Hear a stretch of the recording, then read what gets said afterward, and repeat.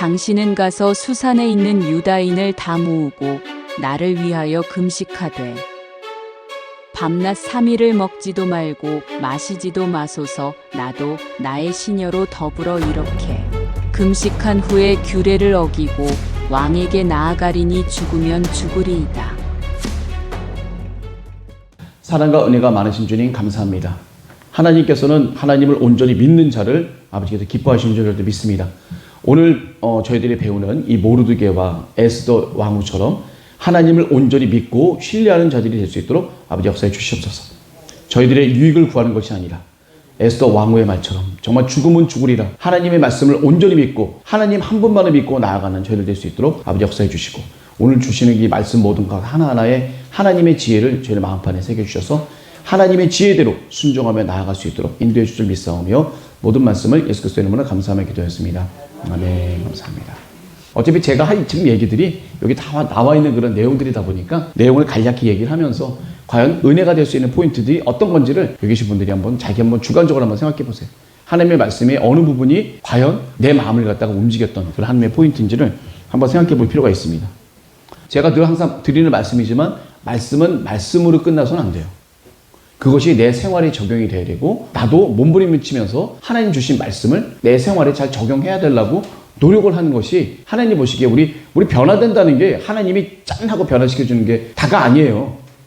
내 스스로도 노력할 수 있는 여지를 남겨주셨다는 게 그게 복음이에요. 제가 봤을 때는. 아니 또 하나서 하나님이 다 만드실 거면 뭐 구원받을 사람 이미 다 하나님이 알아서 정하시고 다 하실 텐데 굳이 그럴 필요가 없잖아요. 거기에 우리가 하나님께로 나아가려고 하는 그 간절함을 하나님께서 보시겠다는 얘기예요. 그 간절함이 어땠는지 모르드게와 에스더의 간절함을 한번 보시면서 우리가 한번 말씀 한번 볼 필요가 있습니다. 자, 이제 왕후로 간택된 에스더의 그 내용입니다. 이제 와스디가 폐위가 됐어요. 와스디가 폐위가 되는 그 과정을 저번 시간에 우리가 한번 보게 됐습니다. 특별히 뭐 나서 잘못돼서 막 그런 건 아니에요. 말 그대로 왕의 말을 듣지 않은 거. 그거 하나인데 그게 좀 애매해. 듣기도 뭐하고 안 듣기도 뭐하고. 사실은 왕후 와스디가 사실은 일반적으로 봤을 때는 왕의 말씀을 듣고 그거 나갔었을 것 같아요. 근데 하나님께서 모든 이스라엘 민족을 대신해서 역사를 하시다 보니까 아마도 그런 모든 상황들을 하나님께서 주관하셨다, 하나님께서 만드셨다는 것밖에는 설명이 되질 않습니다. 그래서 와스디가 폐위가 된 때가 아하수에로 왕 즉위 3년째입니다. 네, 그래서 BC 483년이죠. 요때만 하더라도 이제 그리스와의 전쟁이 이제 있기 좀 전입니다. 제가 말씀드렸듯이 그 와스디 왕과 폐위되던 그 날의 그 모든 잔치는 사실은 그리스와의 전쟁 전에 이 모여있는 이 모든 군사들을 한번 정비하는 거예요.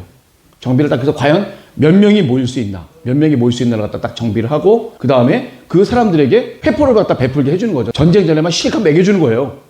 잘 해서 이제 사기를 갖다 올려놓고 그 다음에 이제 전쟁을 참가하려는. 그리고 난 다음에 이제 영화 300을 한번 이 왕이 한번 찍게 되죠. 아하수에로 왕이 영화 300을 한번 찍게 되는 거죠. 그래서 스파르타군 300명과 교전을 치르는 동안에 좀 난간에 부닥치게 됩니다. 스파르타군 300명이 보통 사람이 아니에요. 그래서 잘 버텨줬어요. 한 일주일인가 2주간을 갖다가 잘 버텨줘서 그리스 연합군들이 그 시간 동안에 잘 연합이 돼서 이 페르시아군을 갖다 막아설 수 있을 만한 그런 준비를 딱 해놨다는 얘기예요. 그걸 갖다가 가지지 않았다면 한다면 그리스는 어떻게 될지 몰라요. 그리고 난 다음에 그리스의 한 장군에 의해서 살라미스로 이 모든 페르시아군들이 유도가 됩니다. 그래서 BC 480년에 살라미스 해전을 갖다가 완전히 패배하고 나서 완전히 몰살당했어요, 그냥. 그리고 나서 이 페르시아는 이제 전쟁을 할 수 있을 만한 그러한 상태가 안 된 상태에서 다시금 자기 나라로 이제 복귀를 하게 되죠. 그리고 나서 이제 아하수에로 왕이 그동안의 일들을 한번 쭉 돌아보는 거예요. 왕후 와스디에 대한 그 얘기도 한번 좀 돌아보게 되는 그런 상황이 되게 되겠죠. 그래서 여기에 보게 되면 처음에 나오죠. 그 후에 아하수에로 왕의 노가 그침에 와스디가 그의 행한 일과 그에 대하여 내린 조서를 생각했다라는 얘기는 뭐예요? 내가 좀 심하지 않았나? 자신이 이제 해전을 갖다 겪고 본인이 부상당한 건 아니지만 아주 대패를 하고 난 다음에 본인이 인생을 다시 한번 돌아보게 되는 거죠. 돌아볼 때 왕후 와스디도 한번 돌아보게 됩니다. 근데 왕후 와스디를 돌아보니까 왕후 와스디를 폐위했던 사람들이 어떻게 돼요? 굉장히 살짝 떨리는 거죠. 자기네들이 폐위를 시켰는데 다시 복직되면 어떻게 돼요? 폐위시킨 사람 가만 내비두겠어요? 안 되는 거죠. 그러니까 이 사람들이 내 겁니다. 뭐라고 그래요? 아리따운 처녀들을 구하십시오. 그래서 전국 각도에 명령을 내려서 모든 아름다운 처녀는 전부 다 어떻게 돼요? 수상국으로 다 모여라. 그래서 그 중에서 왕비를 간택하겠다라고 하는 조서를 이제 내리게 되는 거죠. 그래서 새 왕후를 간택하겠다는 그런 시행을 조서를 내리게 됩니다. 그래서 전국 각도에 명령을 내려서 아름다운 처녀들 모든 사람들이 도성 수산으로 수도가 되는 이 수산성으로 다 이제 모이게 되는 거죠. 거기에 이제 많이 모였을 때 그 궁녀들 모인 그 아리따운 처녀들을 주관하는 사람이 이름이 뭐냐면 사람이 헤게라는 그런 내시가 있어요. 그 사람이 그 모든 처녀들을 다 후궁이라는 그 궁전에 한 곳에 몰아놓고 1년간 그 사람들을 갖다가 정결한 그런 의식을 갖도록끔 하게 됩니다. 6개월간을 어떻게 돼요? 몰약이라는 용품을 막 쓰면서 6개월간을 지내고 나머지 6개월은 화장품도 쓰고 막 여러 가지 향품을 쓰면서 1년을 갖다 지나고 난 뒤에 이제 왕에게 이제 간택이 되는 겁니다. 그래서 왕과 하룻밤을 지내고 난 사람이 그 다음에 가는 곳이 어디냐면 2차 후궁이라고 그래요. 두 번째. 그러니까 그 사람은 왕하고 하룻밤을 지낸 여인들은 또 다른 후궁으로 또 가게 돼요. 거기 가서 어떻게 돼요? 왕이 부르면 오는 거고 안 부르면 영원히 이제 수전하면서 평생을 이제 지내야 되는 그런 슬픈 그런 얘기들이 거기에 있는 거죠. 그때 감안하고 가는 거예요. 그 대신 어떻게 돼요? 거기에 왕후가 됐을 때는 어떻게 돼요? 왕후가 아니라 거기 비빈들이라고 그러죠. 한마디로 하면 비빈이면 우리가 다른 말로 하면 첩입니다. 첩.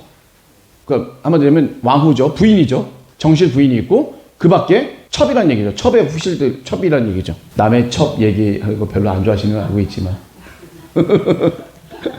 여기도 보면 제가 이름을 좀 여기다 써놨어요. 네, 또 한 명의 내시가 있었죠. 다른 사람 사하스가스가 있어요. 이 사하스가스한테 가는 후궁들은 왕과 하룻밤을 지낸 사람들이에요. 그렇기 때문에 어떻게 보면 진짜 후궁들이죠. 왕후가 아니라 진짜 후궁들입니다. 그 사람들이.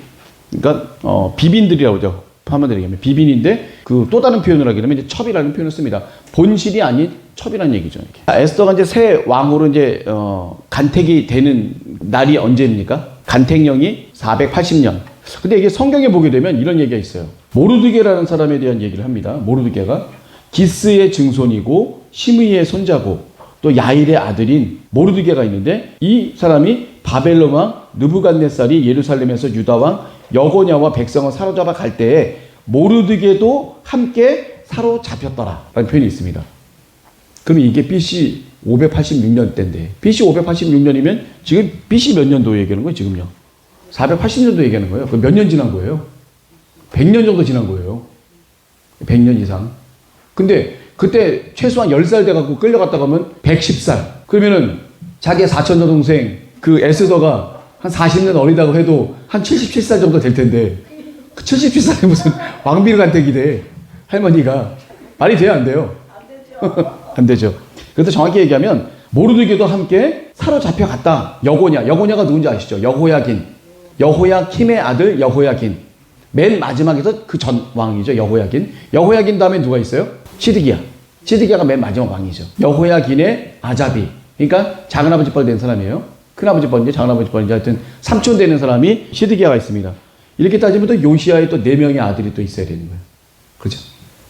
요시야의 아들인데 첫 아들만 빼놓고 맨 마지막 왕 살롬 여호아하스 왕이 되고 요시야 다음에 왕이 되고 그 다음에 엘리야킴이라고 하는 사람이 이름을 바꿔서 여호야킴이 돼버리죠.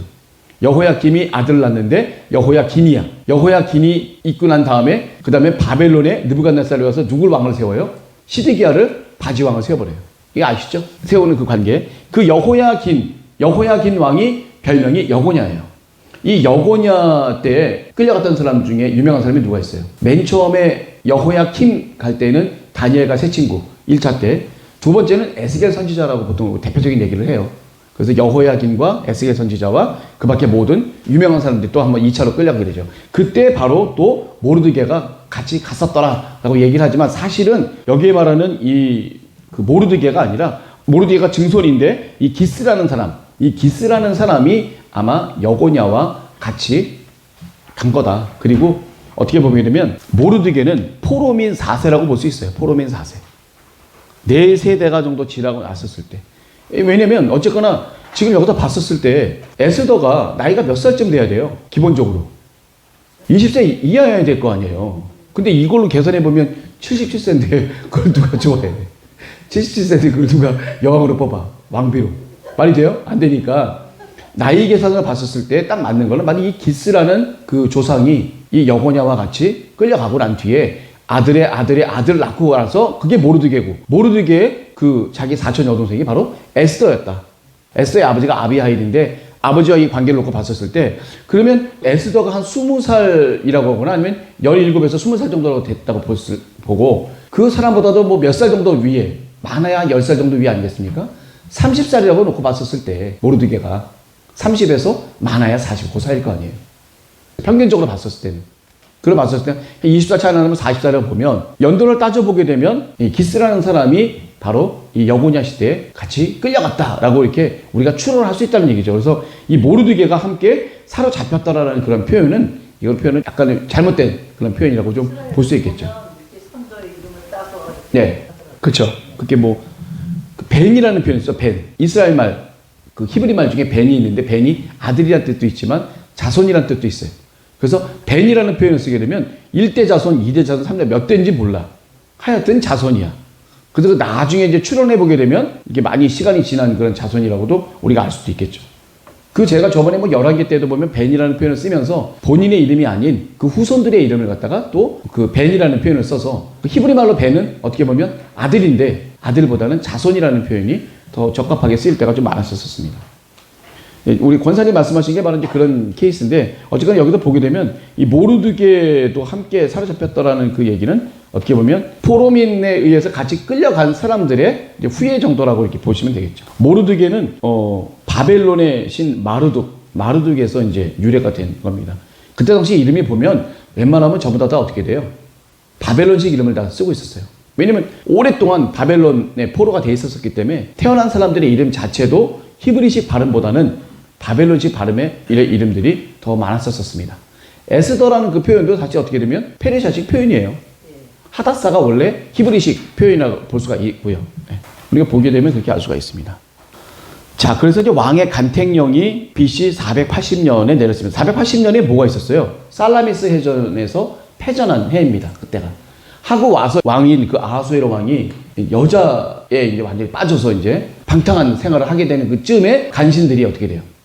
이제 전에 폐위시켰던 와스디를 대신해서 이제 새로운 왕비를 뽑으셔야 될 때다라고 이제 하는 거죠. 왜냐면 전쟁에서 지고 오니까 부인이 없으니까 이제 그 빈자리를 느끼게 됐잖아요. 허한 자리를. 그러니까 왕이 새로운 여자들을 갖다 생각하게 되는데 아무나 하지 말고 어떻게 되냐면 왕비를 갖다 뽑되 아름다운 용모를 가진 사람을 뽑읍시다라고 얘기를 하는 거죠. 그래서 이제 그 많은 그 아름다운 그 여인들 이게 전국적으로 모이는 거기 때문에 굉장히 커요. 127도 20개의 통치구역 중에서 127도로 나눴잖아요. 도를. 유다도 한 도예요. 유다 지역도 한 도인데 127개의 도에서 만약에 한두 명씩 와오더라도 얼마야? 엄청나죠 이게. 미스 유니버스보다 훨씬 더 규모가 큰 그런 미인대회가 지금 벌어지고 있는 겁니다. 지금 수산성에서는. 자, 그래서 이제 그 많은 사람들이 이제 모여서 후궁이라는 곳에 이제 있게 되는데 거기에 헤게라는 사람 수하에 속하게 됩니다. 그 사람이 거기 있는 처녀들을 갖다가 정결하게 1년 동안을 갖다 잘 관리를 해요.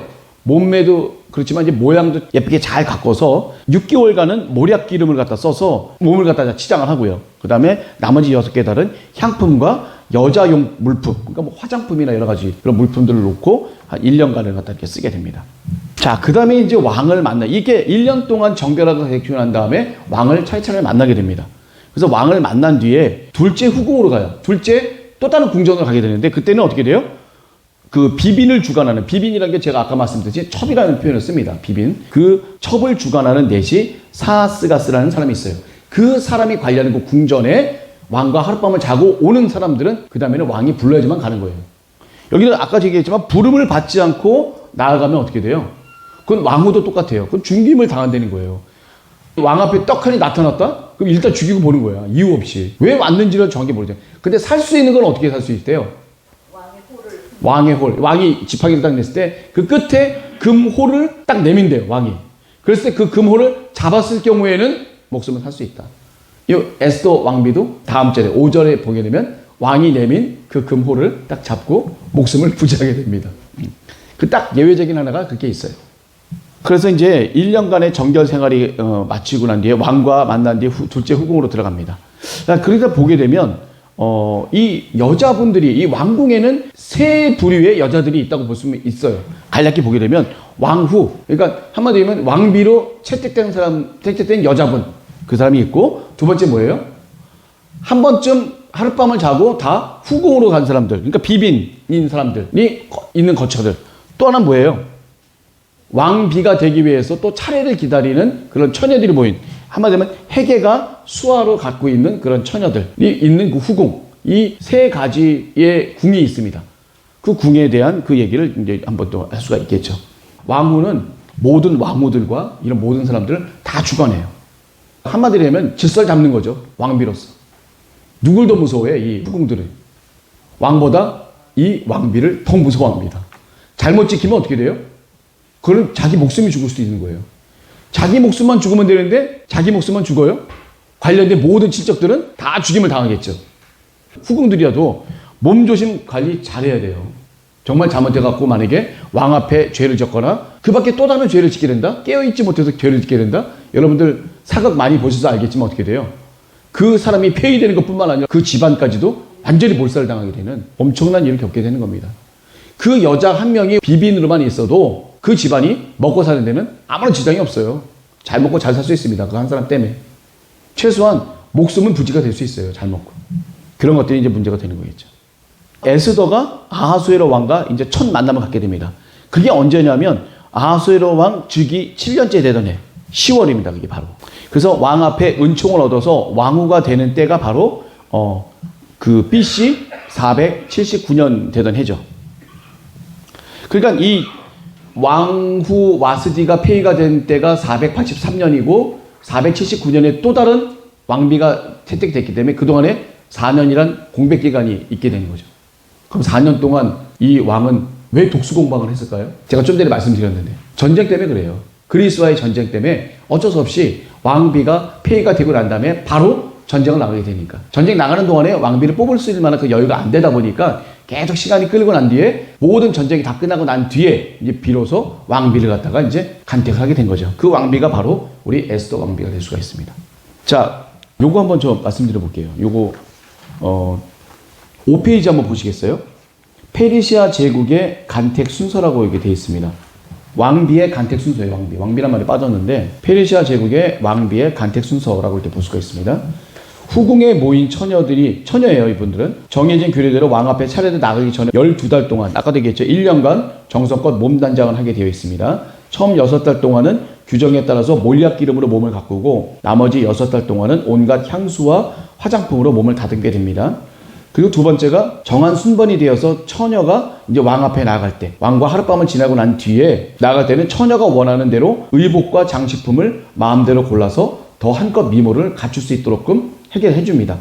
후궁에서 이제 대궐로 이제 들어가게 되는 거죠. 그럴 때 이제 특별히 에스더 왕비는 더 이렇게 요구하는 거 없이 그 내시 해계가 주는 거대로만 이렇게 착용을 하고 이제 내려갔다는 얘기겠죠. 그래도 워낙 용모가 출중하다 보니까, 자, 그리고 이제 처녀들은 저녁 무렵에 이제 대궐로 들어가서 왕을 알현하고 동침한 뒤에 다음날 아침에 왕의 후궁들을 돌보는 또 다른 넷이 사하스가스가 관리하는 별궁으로 가게 됩니다.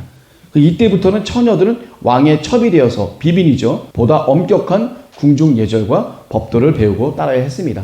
이때 왕비가 모든 질서를 주관하게 됩니다. 왕비한테 한번 찍히면 어떻게 돼요? 이제 끝장나는 겁니다. 이럴 때는. 자, 이후에 왕이 특별한 호감을 갖고 그 처녀를 다시 부르지 않는 한 왕에게로 나아갈 수가 없었습니다.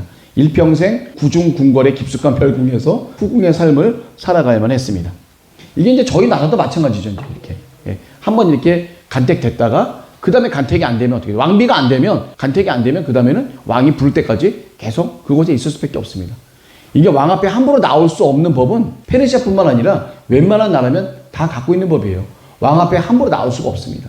함부로 나왔다가는 바로 죽임을 당할 수밖에 없는 거죠.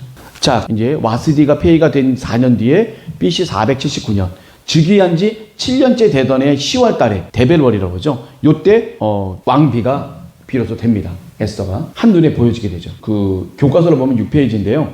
에스더서 2장 15절에서 18절, 모르드게의 삼촌 아비하일의 딸 곧 모르드게가 자기의 딸같이 양육하는 에스더가 차례대로 왕에 나아갈 때 궁녀를 주관하는 넷이 해계에 정한 것 외에는 다른 것을 구하지 않았답니다. 더 향품을 더 구하거나 그러지 않았어요. 모든 보는 자에게 괴물 얻더라. 괴이 뭐라고 그랬죠? 은혜, 사랑 이런 뜻입니다. 은혜와 사랑을 얻게 되는 거죠. 딱 보는 순간에 왕비가 누군지 딱 아는 거예요. 왕의 앞에 나아가니 왕이 모든 여자 에스더를 더욱 사랑하므로 저가 모든 처녀보다 왕의 앞에 더욱 은총을 얻게 됩니다. 그래서 왕이 그 머리에 면류관을 씌우고 와스디를 대신하여 왕으로 삼는 후에 왕이 크게 잔치를 베푸니 미스 페르시아가 되는 그 날이 바로 이 날입니다. 에스더가 미스 페르시아가 되는 날이에요. 면류관을 딱 씌워주고 그날 딱 되는 거죠. 자, 그 다음에 아주 중요한 일이 벌어지게 돼요. 모르드게가 왕의 목숨을 구하게 됩니다. 자, 이 모르드게가 이제 대궐문에 앉아 있었었는데 이 대궐문을 지키는 아주 낮은 급의 그 관리였다고 이제 볼 수가 있어요. 근데 그때 당시에도 에스더가 모르드게의 명한대로 그 종족과 민족을 고하지 아니하였습니다. 그러니까 너는 내가 지금 유다 족속의 사람이다. 그리고 모르드게와는 이런 관계다라고 하는 얘기를 지금 에스더는 전혀 하지 않은 상태예요. 철저하게 비밀을 지켰죠. 왜 그럴까요? 포로로 잡혀간 민족이었기 때문에 굳이 그 민족이라고 얘기할 필요가 없는 그런 가운데 있었죠. 밝혀지면 다 알게 되는데 굳이 얘기를 해서 그걸로 인해서 시선을 갖다 끌었을 때 만약에 유일신 사상을 추구하는 유다 민족을 갖다가 좋지 않게 생각하는 사람들에 의해서 어떻게 돼요? 불이익을 얻을 수가 있다. 그러니까 왕비가 되기 전까지는 조심스럽게 자신의 모든 것들을 다 비밀로 감추고 다 숨기는 그 가운데 드러내지 않는 가운데 하는 것이 좋겠다. 이 여호와 신앙을 하던 유다 민족에게 악심을 품은 사람들이 있을 수 있어요. 그러니까 하만같이. 이 유다 민족과 원수지간이었던 그런 민족들이 또 있잖아요. 그 사람들이 눈치를 채고 안 좋게 그걸 갖다가 불이익을 갖다 주게 되면 왕비가 안 될 수도 있는 거예요. 그러니까 일단 무조건 숨겨라. 그래서 그 에스더는 그대로 계속 자신의 위치를 갖다 숨기게 되죠. 자, 모르드게가 이제 대궐문에 앉을 때 왕의 내시가 있습니다. 그 사람들의 이름이 뭐죠? 빅단과 데레스. 빅단과 데레스. 여러 번 나오네. 왜 나올까? 자, 빅단과 데레스 두 사람이 아하수로 왕에게 원한이 있어요. 왜 원한이 있을까요? 한번 추측 한번 해보실래요? 아하수에로 왕 때 초창기 때 좀 안 좋은 일이 있었잖아. 아마도 이 내시들은 뭐와 관련이 있을까요? 상상의 나를 펼쳐보시면 와스디와 연결될 수도 있지 않았겠냐. 와스디 왕후가 사실은 폐위가 됐었을 때 억울하게 당했잖아요. 억울하게. 그러니까 아마 그쪽과 관련된 사람이었지 않았겠는가. 앙심을 품은 이유가. 이건 이제 주관적인 생각입니다. 이렇게 했다고 하는 그 내용들을 주장하는 신학자들이 좀 많아요, 사실은. 예. 왜냐면 특별히 안 좋은 일이 너무나도 많았지만 아주 더 특별히 안 좋았던 일은 평범하고 아립답고 그래도 왕비로서 손색이 없던 와스디를 이유가 없는 건 아니지만 이 왕이 다시 돌아볼 정도, 내가 너무하지 않나 싶을 정도 돌아봤었을 때에 그 왕비를 너무 안 좋게 폐위를 시킨 건 아니겠나. 뭐 바람을 핀 것도 아닌데. 예. 그래서 지금 어떻게 보게 되면 그냥 우리가 지나가는 얘기로 이 두 빅단과 데레스 이 두 사람이 왕후 와스디와 좀 연관되어 있는 사람이 아니었겠냐. 그래서 다시 한번 어떻게 돼요? 모반을 이끌어서 이 왕을 아예 처단해 버리려는. 그러면 어떻게 돼요? 새로운 왕을 세운다는 얘기겠죠. 한마디로 얘기하면. 원한하여 모살하려 하거늘. 그 뭔가 원수가 되는 그 감정을 갖고 있어요. 그리고 몰래 죽이려고 하는데 모르드게가 알고 어떻게 돼요? 에스더에게 그 얘기를 갖다가 고하게 됩니다. 에스더를 직접 만났다고 볼 수는 없겠죠. 에스더가 알고 있는 내시나 아니면은 궁녀 이런 사람들을 통해서 이 내용을 갖다 전하게 됩니다. 그럴 때 어떻게 돼요? 에스더가 모르드게의 이름으로 왕에게 고하게 됩니다. 자기가 한 게 아니야. 에스더 자기 이름을 그냥 이런 일이 있어요라고 한 게 아니라 모르드게라는 사람이 얘기를 하던데 이 사람이 이렇게 얘기했습니다라고 모르드게 이름으로 왕에게 고합니다.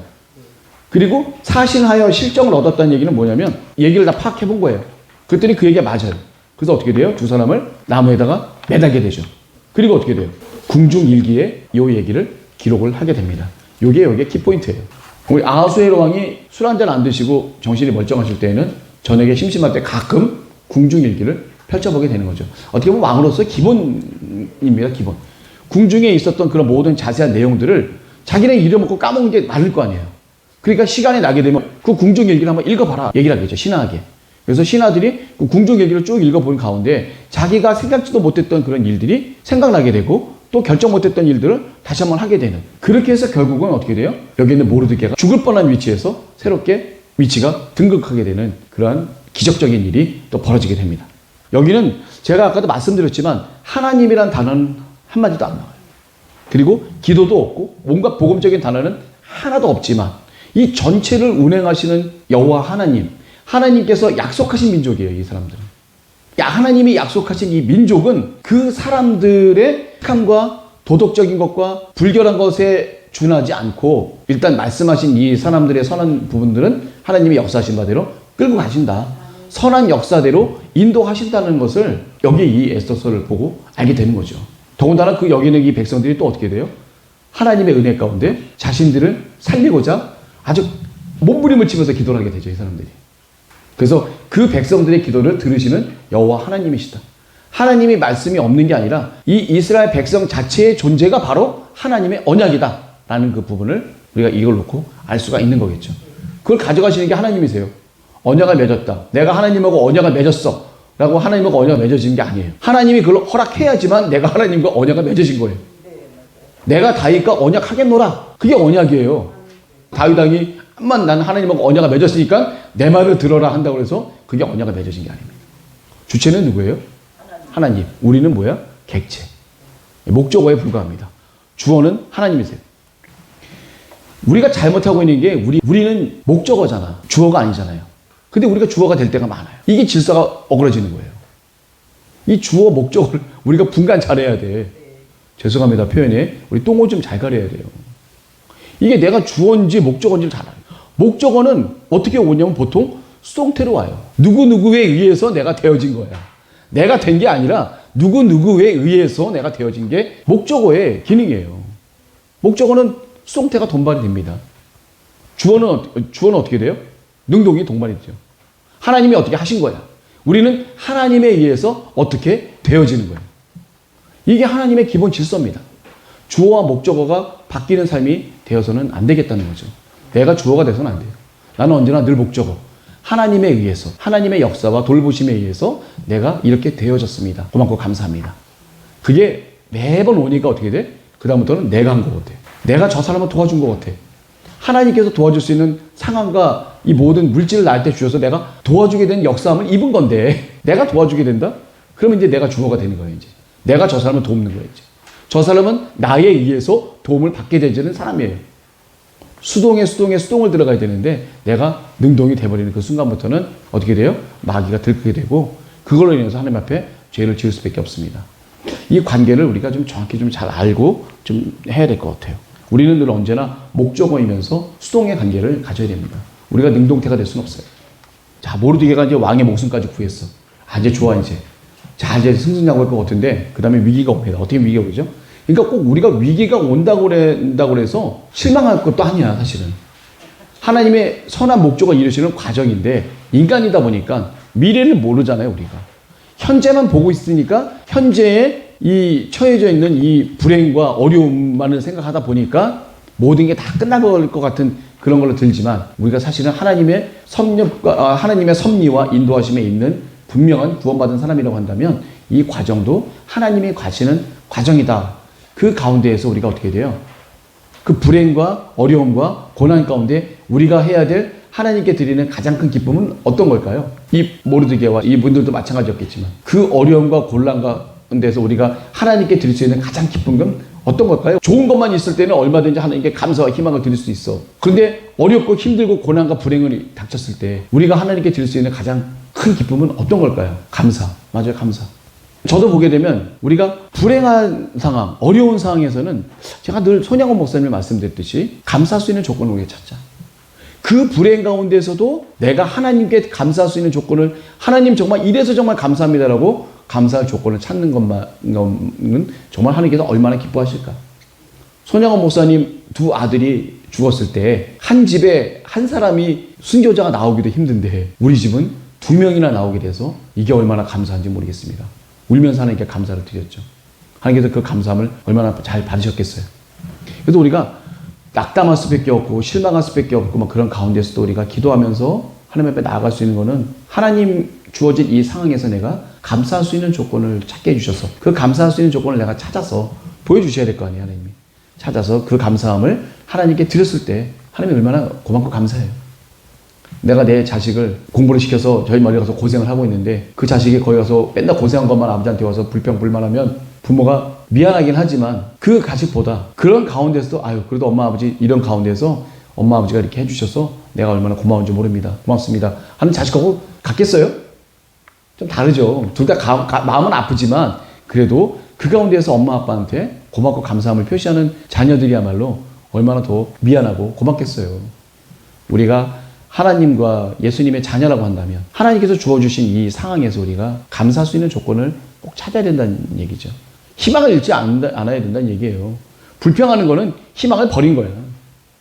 그래서 우리가 끝까지 몸부림치면서 해야 될 거는 감사할 수 있는 조건을 찾아야겠다. 그래야지만 하나님이 길을 열어주신다는 것을 우리가 이 모르드게와 이 에스더를 보면서도 우리가 알 수 있는 거겠죠. 자, 이제 어떤 일이 벌어지게 되냐면 조금 빨리 좀 나가겠습니다. 하만에게 절하지 않는 모르드게 얘기가 나옵니다. 이게 하만이 누구라고 그랬어요? 아각 사람이라고 그랬죠. 예.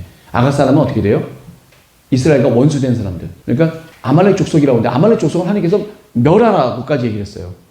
그건 모세님에게도 명한 얘기였고 그걸 나중에 누가 해요? 사무엘 선지자가 아각 사람의 왕을 목을 갖다가 베죠. 그리고 다윗왕 그 전에 사울 왕이 또 완전히 멸절하게 되는. 그렇게 멸절을 했는데도 불구하고 자자손손 살아서 이렇게 또 살아있어. 대단한 그런 사람의 생명은 아무리 밟는다 하더라도 자손들은 꼭 살아남는 그 역사가 벌어집니다. 이 하만에게 이 모르드게가 절을 하겠습니까? 유일신 사상을 갖고 있는 모르드게가 제대로 바뀐 사람이라고 한다면 절을 하지 않겠죠. 이 민족 간의 갈등이 있었기 때문에 내용이 하나가 있었고 또 다른 하나는 뭐냐면 여기에는 구체적으로 나오지 않지만 이 하만이라고 하는 사람이 절대적인 신앙을 요구할 정도로 이렇게 절을 하다고 합니다. 원래 윗사람들에게 절을 하는 거는 이스라엘 사람들이 흔히 했던 행동이에요. 윗사람, 그러니까 자기보다 높은 사람에게 절을 한다. 꿇어 절을 한다는 얘기는 뭐냐면 머리가 땅에 될 때까지 그냥 절을 하는 거예요. 한마디로 얘기하면. 조아리는 거죠. 한마디로 얘기하면. 그 대감들이나 이런 사람들, 통치자들, 방백들 이런 사람들에게는 조아릴 수가 있잖아요. 그런 걸 흔히 했던 사람인데도 불구하고 이 하만에게는 안 했던 이유가 그런 이유들이 있다. 여기서 말하면 모르드게는 유일신 사상을 가진 숭배자이기 때문에 그 유대인과 아말렉 족속과의 그 좋지 않은 그 감정, 하나님이 멸하기로 했던 그 민족이기 때문에 절을 안 했던 그런 것도 있을 수 있어요. 그렇지만 또 어떤 게 있어요?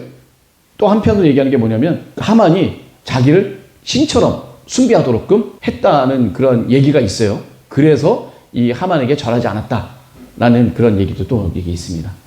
그 절하지 않았는데 어떻게 보게 되면 하만은 모르드게가 절하지 않은 거를 모를 수도 있어요.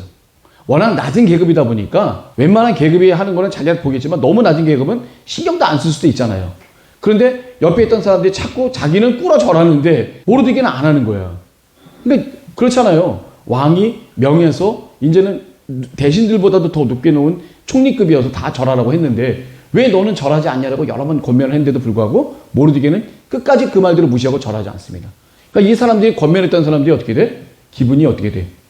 별로 안 좋아. 아니 나는 하는데 왜 너는 안 해? 넌 뭔데 네가 안 하는 거야? 라고 해서 그 얘기를 누구한테 얘기를 해주게 돼요? 하만한테 얘기를 해주게 되죠. 그래서 하만이 그 얘기를 안 뒤에 정말 모르드게가 자기에게 절하지 않는 그런 모습들을 보고 불같이 화를 내게 되죠. 그러면서 이 모르드게가 바로 유다 민족 족속이었다라고 얘기를 해줍니다. 왜 얘기해 줄까요? 너의 아말렉 족속과 삼각관계에 있는 원수인 이 사람이 절을 하겠습니까? 라는 쪽으로 옆에 있는 신하들이 갖다 일러 바쳤겠죠.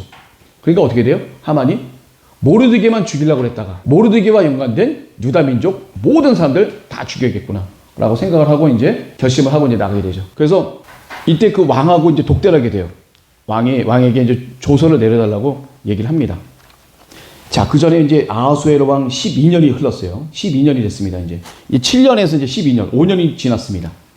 자, 니산월이라고 한다면 1월이라는 얘기죠. 바벨론식 표현입니다. 니산월. 1월입니다. 1월.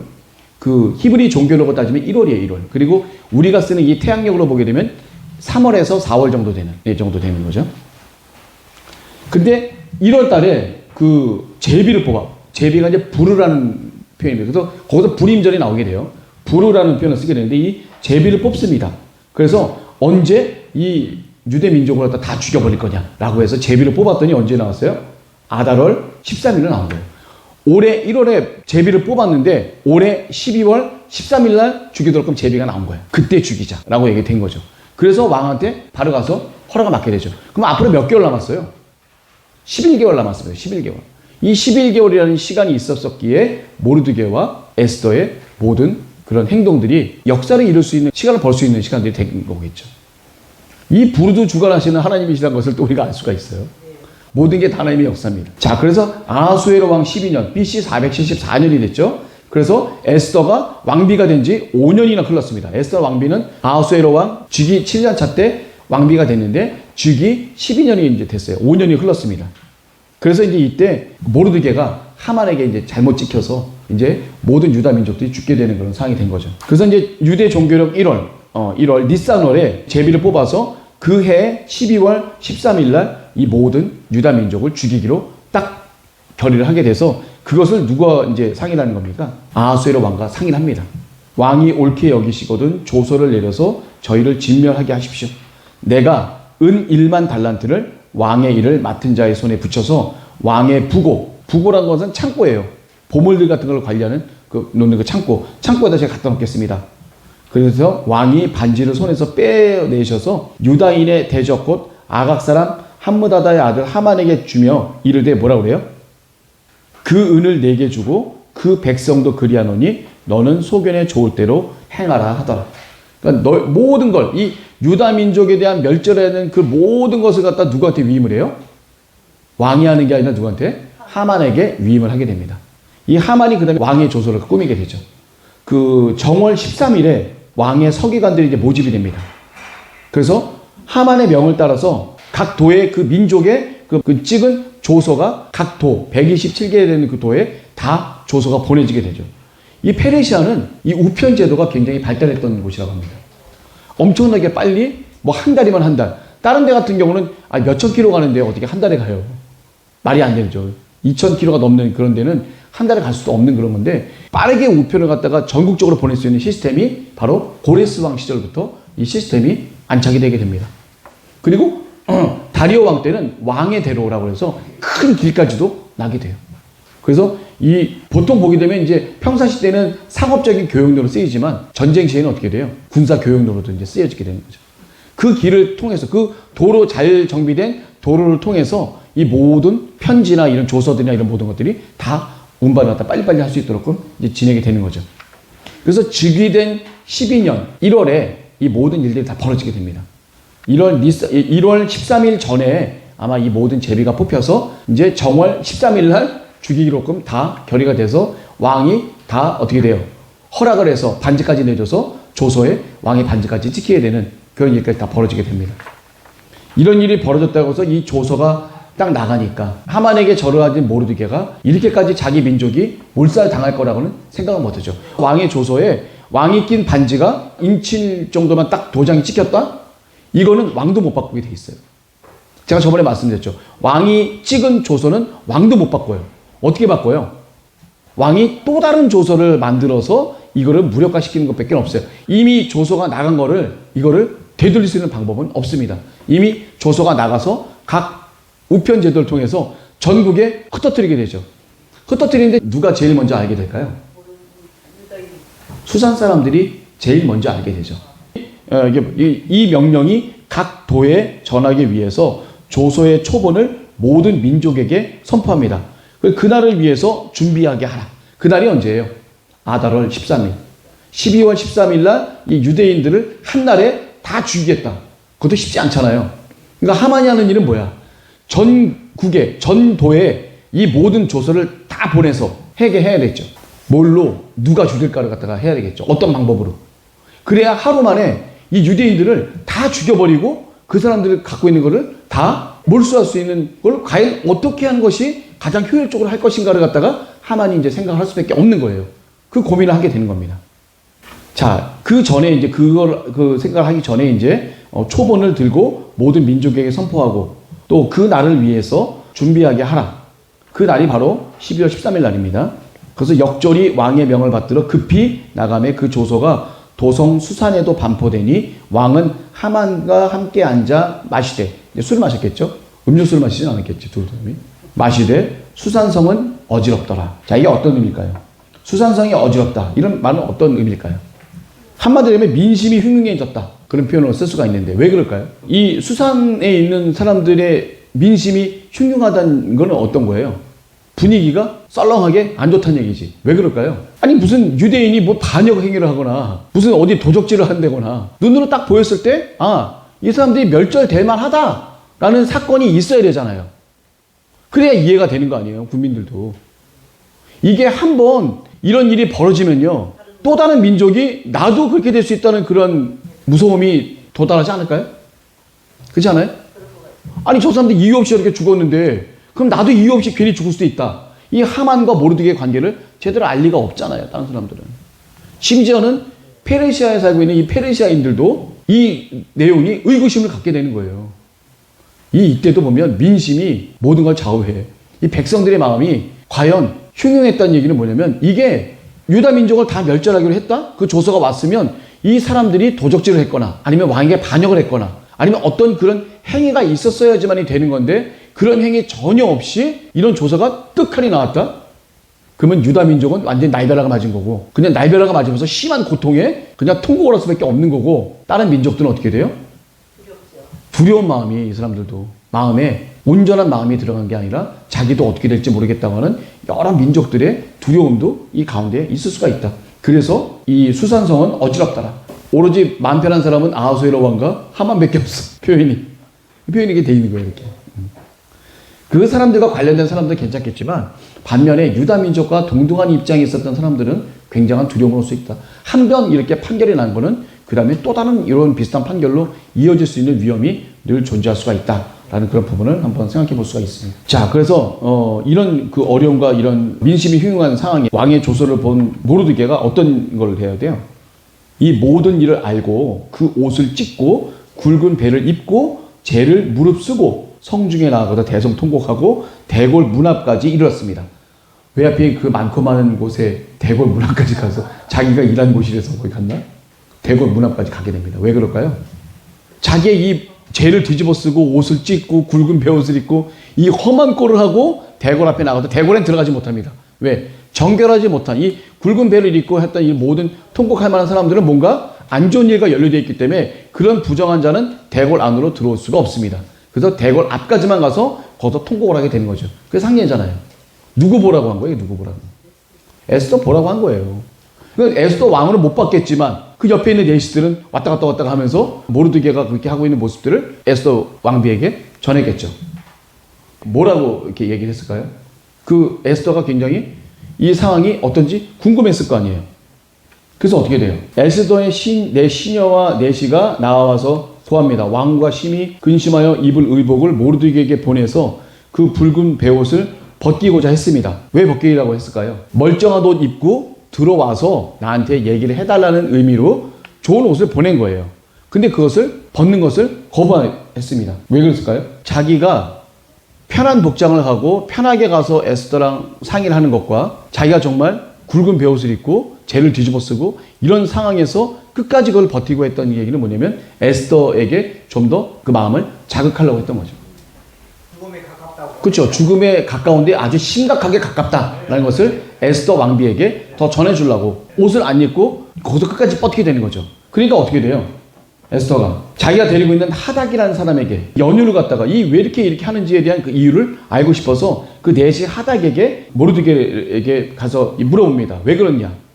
그랬더니 유다인을 멸하려고 왕의 부고에 하만이 돈을 바치기까지 했다. 은을 1만 달란트를 주기까지 했다. 그래서 우리 유다인은 이제 12월 13일 날 온전히 다 하루에 몰살 당할 수밖에 없는 그런 상황이다. 라는 것을 갖다 얘기를 해주게 된 거죠. 근데 왕후 에스더가 그 다음에 뭐라고 얘기를 해요? 제가 그러면 왕을 갖다가 어떻게든지 내가 얘기를 해서 우리 민족을 살리겠습니다라고 얘기를 해야 되는데 그렇게 얘기를 안 해. 뭐라고 얘기를 해요? 처음에 뭐라고 소극적으로 얘기한 게 뭐예요? 내가 지금 왕에게 아련받지 못한 시기가 30일이 지났습니다. 왕이 날 부르지 않은 시기가 30일이 지났는데 내가 지금 왕에게 함부로 나타났다고 한다는 얘기는 뭐예요? 언제 죽을지 부름을 받지 않고 나가면 죽게 되는 법에 걸려서 내가 죽을 수도 있다는 얘기예요. 그래서 내가 지금 왕을 갖다가 본 지 30일이 됐는데 내가 과연 될 수가 있겠는가? 내가 하는 이 모든 행동들이 과연 잘 될 수가 있겠는가라고 소극적으로 이 모르드게한테 얘기를 하니까 모르드게가 뭐라고 해요? 네가 왕궁에 있으니 모든 유다인 중에 홀로 이 어려움을 면할 거라 생각 절대 하지 마라. 만일 내가 잠잠해서 왕에게 말하지 않으면 유다인은 다른 것으로 말미암아서 하나님께서 구해 주실 거고 너와 내 아비의 집은 멸망할 거다. 그리고 지나고 나면 너와 나와의 사이를 알게 되고 네가 유다인이라는 걸 알게 됐었을 때 하만이 널 절대로 가만두지 않을 것이다 라는 것에 대한 예표로 얘기를 해주는 거겠죠. 그러니까 에스더, 넌 지금 이 위급한 상황에서 빨리 왕에게 나아가서 모든 상황을 알려서 위험을 고해라 라고 얘기를 했는데, 에스더는 뭐라고 그래요? 말 없이 함부로 나갔다가 내가 죽임을 당할 수가 있으니까 그거는 좀 어렵겠다 라고 얘기를 하는 거죠. 그래서 더 굳은 결심을 주는 거죠. 지금 어차피 나가지 않아도 너는 유다인이 죽을 때 너도 같이 죽을 수밖에 없으니까 너 잠잠하지 마라. 어차피 그때 다 죽게 되면 너도 죽게 된다. 빨리 가서 해라 라고 얘기를 하게 되죠. 그랬을 때 에스더가 뭐라 그래요? 마지막으로 얘기를 하죠. 수산에 있는 모든 유다인들을 다 소집해라. 모르드게한테 얘기를 해요. 그리고 뭐예요? 3일간 밤낮으로 아무것도 먹지 말고 금식해라. 이 금식이라고 하는 말에 사실 기도가 없어서 그냥 금식만 한다고 생각하시면 안 되고요. 결단해서 나를 위해서 기도해달라는 얘기예요. 금식하라는 게. 절제하면서 날 위해서 그 기간 동안 아무것도 하지 말고 오로지 날 위해서 기도를 해라 라는 그런 결단을 갖다 하게 되는 거죠. 그리고 뭐라고 그래요? 본인도 시녀들과 금식 후에 규례를 어기고, 규례를 어긴다는 건 뭐예요? 어떤 규례예요? 부름을 받지 않고 나가면 죽게 되는 법. 이 법을 내가 어겨서 죽음을 가고 나갈 거다. 내가 여러분들이 날 위해서 3일간 금식을 하면 내가 왕의 규례를 어기고서라도 내가 왕에게 나가겠습니다. 그리고 말은 뭐라고 그래요? 죽으면 죽으리라. 내가 죽게 되더라도 죽음을 각오하고서라도 이 유다 민족을 위해서 내가 나가서 왕에게 만나서 얘기를 하게 됩니다. 이게 마지막 그 에스더 왕비의 최후의 결단이라고 볼 수 있겠죠. 그리고 모르드게가 가서 에스더의 명한대로 다 행하게 됩니다. 그리고 에스더 왕비는 5장에 어떻게 돼요? 부름을 받지 않고 나가서 죽게 되는 법이 있는데 유일하게 살 수 있는 방법이 뭐라고 그랬어요? 호를 갖다 내밀었을 때 그 금호를 딱 잡는 그 순간에 이 모든 위기가 다 없던 걸로 다 되게 되죠. 우리가 하나님께 모든 것을 맡기고 우리가 행동을 할 때 이 모든 역사가 다 이루어진 줄 저희도 믿습니다. 이게 불가능하다 그러면은 아무것도 할 수 있는 게 없어요. 하나님이 함께 하시면 능치 못함이 없습니다.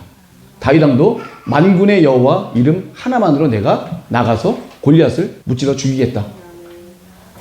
자기가 될 수 있는 상황이면 얼마나 좋아. 그러면 하나님이 필요 없을 수도 있잖아요. 이 상황은 될 수 없는 상황이지만 내가 하나님 믿음에 의지해서 베드로가 밤이 맞도록 물고기를 갖다가 건져내지 못했는데 예수님 말씀에 기인해서 말씀대로 제가 한번 말도 안 되지만 제가 한번 해보겠습니다. 내가 여기서 잔뼈 긁은 어부인데 금을 한번 제대로 던져보지 못한 예수 그리스도께서 말씀하셨을 때 속으로 얼마나 아니라고 생각했어요. 베드로가. 그런데도 베드로 뭐라고 그랬어요? 내가 밤이 맞도록 수고해도 그물에 고기 한 마리 건지지 못했는데 예수님이 말씀하시는 그 말씀에 내가 믿고 신뢰하고 내가 한번 해보겠다. 그 말씀에 말도 안 되는 상황을 갖다가 놓고 순종했었을 때 155마리 그냥 그물이 찢어질 정도 이게 물고기가 올라왔던 그 놀라운 체험을 했던 것처럼 바로 이것도 마찬가지예요. 이 상황에서 에스더가 무모하게 왕이 지금 30일 동안 안 불렀다는 얘기는 이미 에스더에 대한 사랑이 식었다고 볼 수 있어요. 관심도 없다고 볼 수 있어요. 딴 여자한테 관심이 있다고 볼 수도 있는 이 위험한 상황에서 에스더 죽을 것을 각오하고 내가 말씀하신 대로 제가 믿고 순종하고 나가겠다라고 했었을 때 하나님께서 이제 그 길을 열어주시게 되고 새로운 국면으로 우리 이민자 권사님께서 말씀하신 아주 기분 좋은 새로운 국면으로 새롭게 또 발전이 되는 상황이 또 오게 되게 됩니다. 그러니까 우리가 이 상황을 놓고 봤었을 때 혼란과 두려움과 공포가 왔었을 때 우리가 실망할 필요도 없어요. 그때 우리가 할 수 있는 건 뭐예요? 눈 감고 하나님께 기도하는 거 외에는 없습니다. 우리 교회는 기도하도록 되어 있잖아요. 기도했었을 때 우리가 하나님이 하시는 그 말씀 하나를 또 순종하고 믿고 따르고 기도했었을 때 그 길을 열어주시는 여호와 하나님이신 것을 우리가 기도하면서 체험을 많이 했을 거라고 믿습니다. 여기도 마찬가지예요. 모르드게와 우리 그 에스더도 3일간 금식하면서 내가 죽을 것을 각오하고 3일간 모든 것을 다 전폐하고 오로지 하나님의 역사에만 집중해서 믿고 담대히 나갔을 때 하나님께서 길을 열어주셨다는 놀라운 역사를 체험하게 했던 것처럼 우리도 생활에서 모르드게와 에스더처럼 우리도 어떤 그런 상황이 올지 모르잖아요. 그 상황에서 우리가 실망하지 말고 하나님을 온전히 믿고 그 실망스러운 상황도 이끄시는 하나님이신 것을 아셔야 돼요. 그 상황이 있어야지만 내가 하나님 나라로 갈 수 있는 그런 중간 전초기제라는 것을 우리가 알 수 있다는 것을 오늘 이 자리에서 깨닫게 되면서 에스더 두 번째 시간 모두 마치도록 하겠습니다. 감사합니다. 네.